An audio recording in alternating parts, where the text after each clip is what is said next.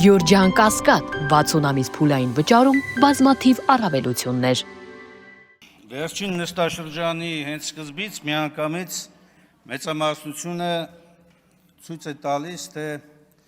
ինչպես է պատրաստում շարունակել իր ապօրինի գործողությունները, այդ թվում նաև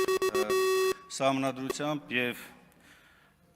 օրենքներով նախատեսված լիազորությունները չարաշահելով։ Ուզում եմ արձանագրել երկու կարևոր հանգաման։ Նախընթաց ամբողջ ժամանակահատվածում դուք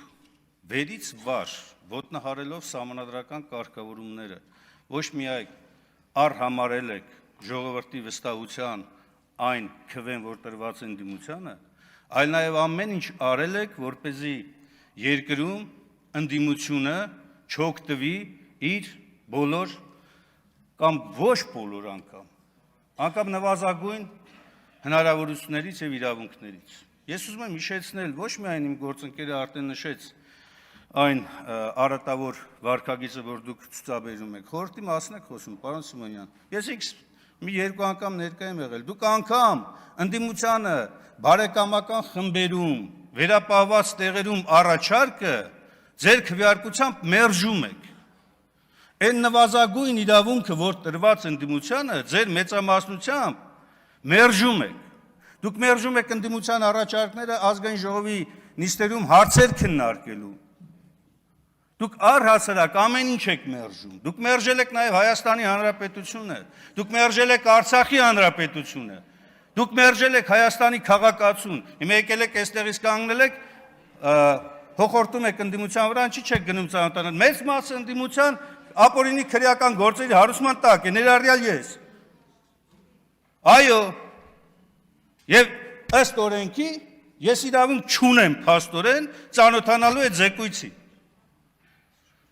Եվ նորից եմ կրկնում, ապօրինի քրեական հետապնդման ենթակա մեր գործընկերների մասով։ Հիմա դուք հոխորտում եք ում վրա, հոխորտացեք իրավապահ մարմինների վրա, որ նման ապօրինություններ չանեն։ Հոխորտացեք ձեր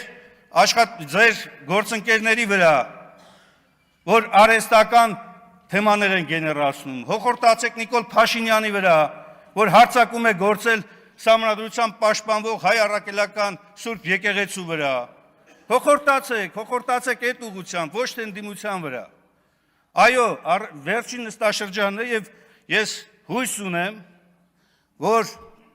հաջորդ նստաշրջանը արդեն նոր գումարման ազգային ժողովում այս ամբիոնում նստած չի լինի ԿՊ-ն, առնվազն իշխանության մակարդակով, նստած չի լինի, որպեսզի սահմանադրական կարգը վերականգնվեց երկրում, մեր երկրում, դուք տապալել եք, իսկ ինչ վերաբերում է զեկույցը օրակարգում չընդգրկվելուն, շատ ճիշտ է, որ չի ընդգրկվել, եւ ես այստեղ հրապարակային ասում եմ, դուք շարժվել եք օրենքով, եւ ճիշտ է կարևոր չընդգրկել, որովհետեւ հանձնաժողով չկա, ինչպես որ տարի ու կես առաջ, 2 տարի առաջ ես պնդում էի, որ հանձնաժողովի ժամկետը ավարտվելու հիմքով հանձնաժողովը այլևս չի կարող որևէ ձևով հանձնաժողով որպես ներկայանա։ Տեսեք, զեկույցի մասով, զեկույցը հանձնաժողովը ստեղծում է հանրությանը հետաքրքրող հարցերին պարզաբանում տալու համար։ Հանրությանը պարզաբանում տալու համար։ Հանրության մոտ կասկածները, որոնք որ կան, շարունակում են մնալ։ Եվ բոլոր են հանձնաժողովները, ներառյալ բոլոր նրանք, որոնք որ զեկույց էլ չեն ներկայացրել, որպեսզի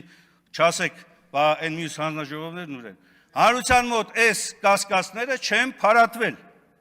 Վերջ, սա է արձանագրումը։ Իսկ ինչ վերաբերում է բոլոր են հարցադրումներին, թե ով է պատասխան տալու վաղը մյուս օրը,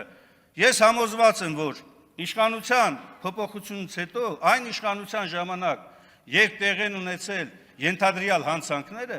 դրանք այն ժամանակ են բացահայտվելու, ոչ թե այն իշխանության օրոք, որի ժամանակ ենթադրյալ հանցագործությունները կատարվել են։